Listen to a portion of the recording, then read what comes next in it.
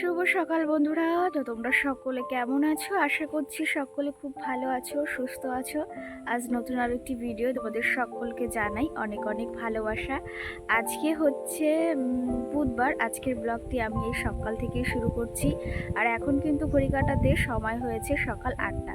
Brush নিয়ে বেরিয়ে পড়েছি। কালকে তো জানো বাবার বাড়িতে এসেছি, আজকের ব্লগটি বাবার বাড়ি থেকেই শুরু করছি।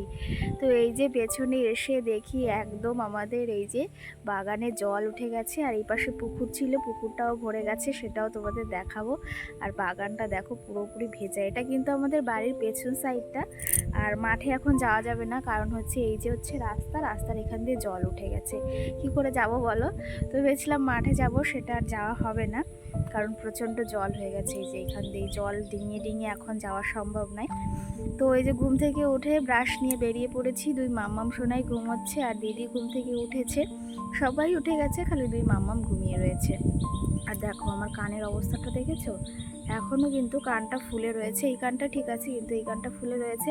কালকে রাত্রে দাদা ওষুধ দিয়েছিল, সেটা খেয়েছি। খাওয়ার পরে ব্যথাটা কমেছে, কিন্তু এখনও ফোলাটা কমেনি। তো যাই হোক, আশা করি খুব তাড়াতাড়ি ঠিক হয়ে যাবে। আর এই যে ব্রাশ নিয়ে বেরিয়েছি, মা এখন চা বানাবে, চা খাবো। তো চলো এখন ব্রাশটা করে নিই। তারপরে দুই যে বললাম দাদা গিয়েছিল হচ্ছে দীঘাতে, সেখান থেকে মাছ এনেছে। তো সেই মাছগুলো এখন দেখবো কি মাছ এনেছে, সেগুলো বের করা হবে, আবার কাটাটা হবে, রান্নাবান্না হবে, সবটাই তোমাদের সঙ্গে আশা করি শেয়ার করব। তো চলো আজকে ব্লগটি দেখো তোমরা, আশা করি তোমাদের খুব খুব ভালো লাগবে। আমাদের এই যে বাড়ির পেছন দিকটাই কিন্তু পুরোটাই বাগান, আর পেছনে কিন্তু পুরোটাই মাঠ রয়েছে। আর এই পাশে এই যে আমাদের এই যে যখন ঘরটা করা হয়েছিল না, তখন এই পাশে এই যে মাটি খুঁচে মানে পুকুরটা খুঁচে মাটিটা দেওয়া হয়েছিল। আর এই যে দেখো বাগান মানে পেছনটা রয়েছে আমাদের ঘরের, এদিকটা না রং করা হয়নি। এইবার ভেবেছিল দাদা এসেছে রং করবে, কিন্তু এই বর্ষার ভিতর কি করে করবে বলো? তো সেই ক্ষেত্রে ভেবেছে মানে ওই যে পুজোর সময় কিংবা পুজোর কিছুদিন পর ঘরটাকে আবার রং করা হবে। আর ঘরের অনেক কাজই এখনও বাকি রয়েছে, সেটাও কিন্তু করাবে। তো যাই হোক, এখন সকাল সকাল ব্রাশটা এদিকে করে নিচ্ছি, তারপর আবার চাটা খাবো। সঙ্গে আরও সকালে কত কাজই না রয়েছে জানো তো। এইদিকে ব্রাশ করতে করতে আবার চলে আসলাম আমাদের রাস্তার এদিকে। এদিকে কিন্তু আমাদের এই পাশের রাস্তাটা পুরো একদম আমাদের বাড়ির ওই মাথা অবধি ঢালাই করা রয়েছে। উঠানটাও ভেবেছে এবার ঢালাই করে দেবে, কিন্তু ঘরের কিছুটা কাজ বাকি রয়েছে না, সেই জন্য আর সম্ভব হচ্ছে না। তো যাই হোক, এইদিকে এইটুকু ঢালাই তো করেছে, এতে কিন্তু অনেকটা উপকার হয়েছে। আর বর্ষা বৃষ্টির দিনে না একটু তো সমস্যা হয়, আর গাড়ি থাকলে তো আর একটু বেশি সমস্যা হয়। এদিকে দেখো আমাদের এই যে কুমড়ো গাছে কত সুন্দর ফুল ফুটেছে, দেখতে কিন্তু বেশ সুন্দর লাগছে। আর আমার মায়ের হাতে না যে কোনো সবজি বলো, ফুল বলো, ফল বলো, গাছ কিন্তু ভীষণ সুন্দর হয়। আর আমার হাতে যদি হয় সেটা কিন্তু বেশ ভালো লাগে।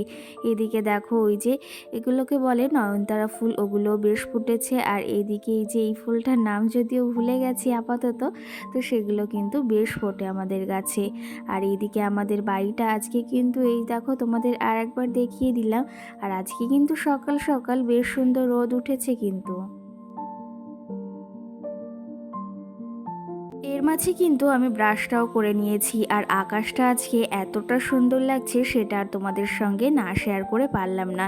বেশ সুন্দর লাগছে, কিন্তু কয়েকটা দিন ধরে যে পরিমাণে বৃষ্টি হচ্ছিল, তো সেই ক্ষেত্রে রোদ উঠেছে আর আকাশটা এত ঝলমলে করছে, দেখতে ভীষণ সুন্দর লাগছে। আর এখন আকাশটা দেখতে না সত্যি কথা বলতে এতটা ভালো লাগে, সেটা আর কি বলবো। তো তোমাদের সঙ্গে একটু শেয়ার করলাম। তো চলো তবে এখন আরও অন্যান্য অনেক কাজ রয়েছে, সেগুলো সারতে হবে, কাজের তো আবার শেষ নেই। আজকে কিন্তু সকাল সকাল চাটা কিন্তু আমার দাদাই বানিয়েছে, মানে আমার বড়দাদা যেহেতু বাড়িতে এসেছে, ওই না চাটা আজকে বানিয়েছে। আর আমার বড়দাদা কিন্তু চাটা ভীষণ ভালো বানায়। সকাল সকাল ও যেহেতু চা বানিয়েছে, সবাইকে দিয়েছে, সবাই খেয়ে নিয়েছি। আর তারপরেই দাদা গাড়িটা মুছছে, কারণ কি জানো তো, এখন যেহেতু বর্ষা বৃষ্টির দিন, কালকে গ্যারেজ থেকে একদম পরিষ্কার করে ধুয়ে নিয়ে এসেছে, সেই ক্ষেত্রে সকাল সকাল আবার একটু মুছে নিল। আর এদিকে দাদা কিন্তু এর মাঝে মাঝে বাজারটাও করে এনেছে। আর আমার দাদা বাড়ি আসলে না রোজের বাজার কিন্তু রোজই করে নিয়ে আসে। আর মা থাকলে তো সেটা আর করে না, কারণ মা যাওয়া একা একা সম্ভবও হয়ে ওঠে না মায়ের। তো সেই ক্ষেত্রে মা একবারেই করে নিয়ে আসে। আর ওইদিকে মা ওই যে ভাতটাও বসিয়েছে, ভাতটা হয়ে গেছে প্রেশার কুকারে। আর এদিকে আরও কিছু সবজি ছিল, সেগুলো কিন্তু আমি নামিয়ে নিলাম। এদিকে বিট, গাজর, সঙ্গে কাঁকরোল, আলু, লঙ্কা এই সমস্ত সবজি এনেছে। এদিকে তো মাই বাজারগুলো নামাচ্ছিল, তারপরে মাকে বললাম আমি সবজিগুলো নামাই, তোমার আর বাদবাকি যে কাজগুলো আছে সেগুলো না হলে তুমি করো। আর মা আজকে সকাল সকাল অনেক জামা কাপড় ধুয়েছে, যেহেতু বেশ সুন্দর রোদ উঠেছে। আর এরকম সকাল সকাল রোদ উঠলে কিন্তু জামা কাপড় ধুতে বেশ ভালো লাগে। আর এদিকে সকাল সকাল আজকে কিন্তু দিদি এইদিকে ওটসের খিচুড়ি বানিয়েছে দুই মাম্মামের জন্য। কি জানো তো, মাম্মামকে ভেবেছি এখন থেকে ওটসের খিচুড়িটা খাওয়াবো। প্রথম প্রথম খাইয়েছিলাম, খেতে চাইছিল না, কিন্তু তারপরে বেশ ভালোই খেয়েছে। তোমাদের সঙ্গে ভেবেছি মাম্মামের এখন থেকে ডেলি রুটিন শেয়ার করব। সেটা যদি তোমরা জানতে চাও বা দেখতে চাও অবশ্যই একটা কমেন্ট করে জানিও। তো যাই হোক, এইদিকে দাদা এই যে দীঘা থেকে বললাম কাঁকড়ার সঙ্গে চিংড়ি মাছ এনেছে, সেগুলো এদিকে ফ্রিজ থেকে সকালে পেটি থেকে বের করে রেখেছিল। সেগুলো এখন সমস্তটা দিদি কাটবে জন্য এদিকে গুছিয়ে নিচ্ছি। জানো তো, আমাদের বাড়ির সকলে কিন্তু কাঁকড়া মাছ খেতে আমরা ভীষণ পছন্দ করি। আর এই যে দীঘা থেকে এনেছে এগুলো কিন্তু টেস্টই আলাদা, আর খেতেও কিন্তু ভীষণ ভালো লাগে। আমার দিদি কিন্তু এগুলো বিশেষ করে খুব পছন্দ করে। আর সঙ্গে কিন্তু চিংড়ি মাছও এনেছে। আমাকে একজন কমেন্ট করেছিল তোমাদেরও দীঘা যাওয়ার কথা ছিল, কিন্তু তোমার দাদা একা চলে গেল। তো সেই ক্ষেত্রে কি জানো তো, দাদা তো 2 দিনের জন্য এসেছে, মানে একটা সপ্তাহের জন্য। ও যখন এসেছে ওর বন্ধু বান্ধবরা যাচ্ছে জন্য ও কিন্তু ওদের সঙ্গে গিয়েছে। আর হ্যাঁ, আমরাও যাওয়ার কথা ছিল, মানে আমাদেরও, কিন্তু ওই যে বললাম কারণবশত আমাদের কেউরই যাওয়া হলো না। কিন্তু সামনের বার বা কিছুদিন পর যাওয়ার চেষ্টা করব। তো দাদারা এবার এসেছে, ঘুরে এসেছে, তাতে কোনো অসুবিধা নেই। তো সেই ক্ষেত্রে কদিন পর বা কিছুদিন পর আমরা আবার যাওয়ার চেষ্টা করব সকলে মিলে। এদিকে মাছগুলো সমস্তটা নামিয়ে নিয়েছি, আর দিদি এদিকে কচুর পাতা কেটে নিয়ে আসলো, ওর উপর কিন্তু আজকে মাছটা কাটা হবে। তো চলো তবে এদিকে দিদি মাছ কাটতে থাকুক আর পরিষ্কার করতে থাকুক, তোমাদের কিছু কমেন্টের এদিকে আমি রিপ্লাই দিতেও থাকি। আগের ভিডিওতে স্বপ্না নামে আমাকে একজন কমেন্ট করেছিল, দিদি ভাই তুমি কোন ফোন দিয়ে ভিডিও এডিটিং বলো, কোন ফোন দিয়ে ভিডিও পোস্ট করো সেটা অবশ্যই কিন্তু জানিও। তো সেই ক্ষেত্রে বোন, আমি কি জানো তো ভিডিও এডিট করি হচ্ছে ওই যে আমার যে ফোনটা দিয়ে আমি ভিডিও করি সেই ফোনটা দিয়েই কিন্তু। আর আমার ফোনের র্যাম Realme 10 Pro 5G। তো আমি যে 5G ফোনটাই কিনেছিলাম যখন, এই যে প্রায় হয়ে গেছে 1 থেকে মানে 2 বছর প্রায় হতেই আসলো এই ফোনটা নিয়েছিলাম। তো সেই ক্ষেত্রে না আমার ফোনের ক্যামেরাটা তোমরা হয়তো দেখেই বুঝতে পারো অনেকটাই ভালো, আর আমারও কিন্তু বেশ ভালো লাগে।